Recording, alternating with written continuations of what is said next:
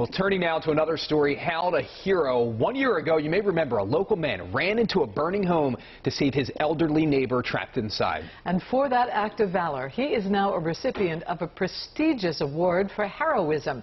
And WJZ is live. Rachel Carden brings us inside the home of Pierre Gibbons on the anniversary of the day his life changed forever. Rachel.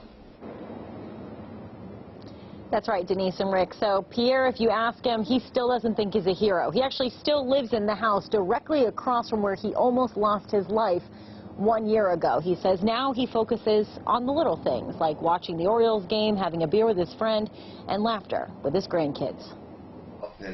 With deep appreciation, Pierre Gibbons reflects on the past year. Had I been in another city, Rachel, I wouldn't have been here. 1 year ago, he ran into a house engulfed in flames, attempting to save his neighbor. Instinctual thing, you know, there wasn't time to think about it. It wasn't, will I or won't I? They both got pulled out by firefighters. His neighbor died, and Gibbons was severely burned to more than 70% of his body, fighting for his life for weeks, bedridden for 9 months.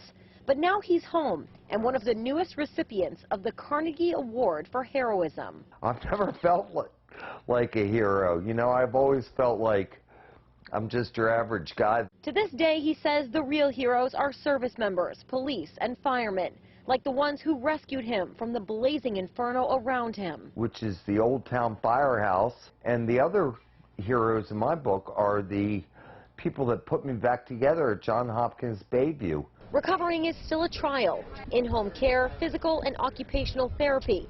But he's fighting through it, still, 1 year later. I feel like I'm getting better. Progressing every day makes me get better every day and gives me hope for the day. Pierre says his children and grandchildren keep him going, and the occasional beer with his friend Dan. I'm just thankful. You know, I think I died 3 times, and I'm just grateful to be alive. Just such an incredible guy. Now, obviously, the in-home care for Pierre is very expensive. There is a little bit of grant money that comes with winning the Carnegie Award for Heroism, but the family is still trying to finance all of that in-home care and the therapy that Pierre is going to need for several years. So they have started a GoFundMe page. We have it linked to this story on WJZ.com. We're live in Patterson Park at 5. I'm Rachel Carden for WJZ.